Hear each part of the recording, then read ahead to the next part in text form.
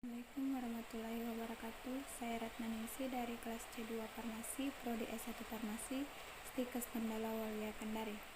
Baik, di sini saya akan menjelaskan materi tentang diagnosis dan penatalaksanaan osteoartritis.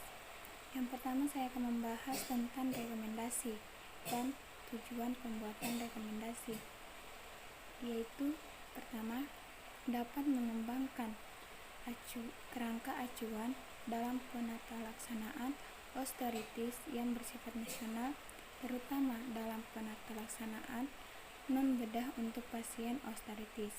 Yang kedua, agar dokter-dokter di Indonesia, khususnya dokter umum dan dokter spesialis yang terkait dalam penatalaksanaan pasien osteoartritis non-bedah dan mengetahui dapat melakukan pendekatan diagnosis dan penatalaksanaan osteoartritis yang sesuai dengan perkembangan ilmu secara global dengan harapan yaitu pertama, meningkatkan kualitas hidup, kedua, mengoptimalkan kemandirian merawat diri, yang ketiga, mencegah berulangnya episode akut, yang keempat, mencegah komplikasi lanjut yang menjadi indikasi operasi pada osteoartritis, yang kelima atau terakhir yaitu mencegah progresivitas penyakit osteoartritis.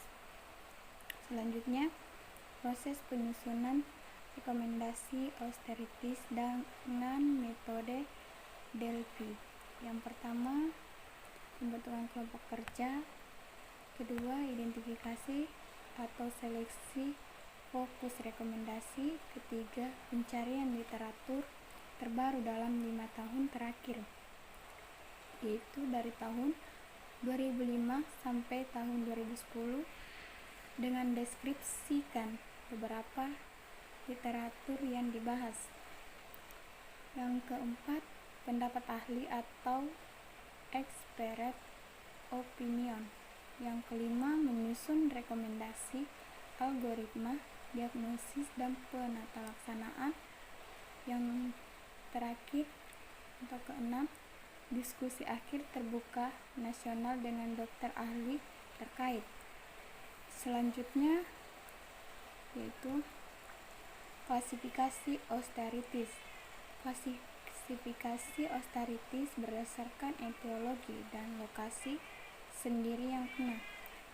Berdasarkan etiologi, osteoartritis dapat terjadi secara primer atau idiopatik maupun sekunder. Klasifikasi berdasarkan etiologi dapat dilihat di bawah ini. Klasifikasi osteoartritis berdasarkan etiologi. Yang pertama, primer atau idiopatik, kedua, sekunder. Dibagi beberapa macam. Yang pertama saya akan membahas metabolik. Metabolik dibagi yaitu arteritis, kedua akromegali, ketiga akronosis, keempat hemakromatosis, kelima penyakit Wilson, dan selanjutnya atau yang kedua, kelainan anatomi atau struktur sendi dibagi beberapa macam. Yang pertama, slipped femoral epiphyseal, yang kedua, epiphyseal, ketiga, penyakit Bouts, keempat, penyakit Leg-Perthes, kelima, dislokasi koska genital, keenam, panjang tunggal tidak sama, ketujuh, deformitas valgus atau varus, dan terakhir, sindroma hypermobility. Selanjutnya yaitu trauma, atau yang ketiga membahas tentang trauma. Trauma dibagi beberapa macam. Yang pertama, trauma sendi mayor, kedua, faktor pada sendi atau osteonekrosis, dan terakhir, bedah tulang, contohnya seperti meniscectomy anatomi, jejas kronis atopati okupasional atau terkait pekerjaan, beban mekanik kronik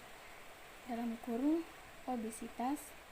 Yang keempat atau terakhir, inflamasi terbagi yaitu semua atopati, inflamasi, artritis septik, dan selanjutnya lagi saya akan membahas klasifikasi osteoartritis berdasarkan lokasi sendi yang terkena. Klasifikasi ini digunakan dalam penata laksanaan osteoartritis secara menyeluruh, baik secara farmakologi maupun non-farmakologi. Kepentingan rekomendasi ini, penanganan osteoartritis tidak hanya pada sendi lutut, punggung, lumbar, tetapi juga dapat mengenai sendi-sendi di bawah ini, seperti yang pertama itu sendi osteoartritis tangan, osteoartritis lutut, dan yang ketiga osteoartritis kaki, 4 osteoartritis koska atau panggul, 5 osteoartritis vertebra, dan 6 osteoartritis di tempat lainnya, dan yang ketujuh osteoartritis generalitas atau sistematik. Slide selanjutnya yaitu pengertian osteoartritis atau OA. Osteoartritis merupakan bentuk artritis yang paling sering ditemukan di masyarakat yang bersifat kronis, berdampak besar dalam masalah kesehatan masyarakat. Saat ini terdapat banyak modalitas terapi, baik farmakologi maupun non-militer. Farmakologi untuk penata laksanaan osteoartritis, karena itu diperlukan rekomendasi penelaksanaan osteoartritis di Indonesia yang efektif berdasarkan bukti-bukti. Dan selanjutnya lagi itu langkah-langkah penetapan diagnosis, yaitu seperti pada penyakit reumatik, umumnya diagnosis tak dapat didasarkan hanya pada satu jenis pemeriksaan saja. Bisa kita lakukan pemeriksaan reumatologi ringkas berdasarkan prinsip pemeriksaan Glatz atau yang biasa disebut Guide Armatz Lex Spine. Penengakan diagnosis osteoartritis berdasarkan klinis, tidak pada pemeriksaan penunjangan khusus, dapat menentukan diagnosis osteoartritis. Pemeriksaan penunjangan saat ini terutama dilakukan untuk monitoring penyakit dan untuk menyingkirkan kemungkinan artritis karena sebab lainnya. Pemeriksaan radiologi dapat menentukan adanya osteoartritis namun tidak berhubungan langsung dengan gejala klinis yang muncul. Gejala osteoartritis umumnya dimulai saat usia dewasa dengan tampilan klinis kaku sendi di pagi hari atau kaku sendi setelah istirahat. Sendi dapat mengalami anekangan tulang dan crepitus saat gerakan, dapat disertai keterbatasan gerak sendi. Peradangan umumnya tidak ditemukan atau sangat ringan. Banyak sendi yang dapat terkena karena osteoartritis, terutama sendi lutut, jari-jari kaki, jari-jari tangan, dan tulang punggung dan panggul. Pada seseorang yang dicurigai osteoartritis, direkomendasi melakukan pemeriksaan berikut seperti anamnesi, pemeriksaan fisik, pendekatan umum, menyingkirkan diagnosis penyakit lainnya, pemeriksaan penunjangan. Selanjutnya lagi, penyulingan osteoartritis. Pada dasarnya, penyulit yang timbul tergantung dari sendi mana mengalami osteoartritis serta kelainannya. Lokasi dan arah kelainan tersebut, penyulit tersebut bisa diakibatkan berbagai patologi. Beberapa di antaranya adalah efusi sinovial, osteofit, dan degenerasi jaringan sekitar sendi. Kerusakan sendi pada osteoartritis dapat mengakibatkan malalignment dan sublokasi, penyempitan celah sendi asimetris mengakibatkan varus atau valgus, ankilosi jarang terjadi pada osteoartritis, dapat mengenai sakroiliaka yang sinifisi, fragmentasi permukaan sendi yang terjadi berupa depresi pada kafun sinovial atau osteochondral bodies yang tetap melekat pada permukaan sendi asalnya.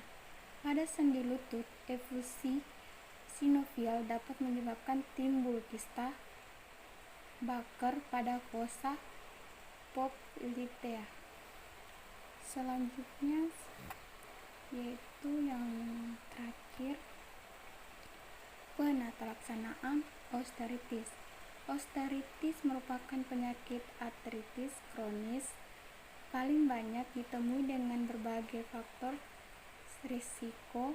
Karena itu dokter umumnya sangat penting, khususnya dalam sistem kesehatan nasional untuk pencegahan, deteksi dini, dan penata laksanaan penyakit kronik secara umum dan khususnya dalam penata laksanaan osteoartritis.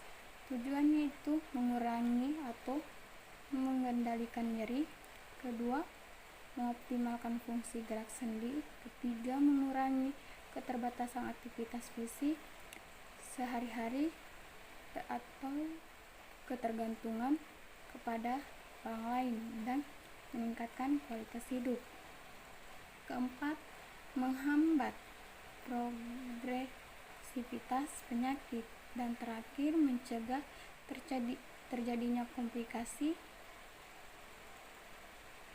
Sekian dan terima kasih. Apabila ada kesalahan mohon dimaafkan. Wabillahi taufiq wal hidayah. Wassalamualaikum warahmatullahi wabarakatuh.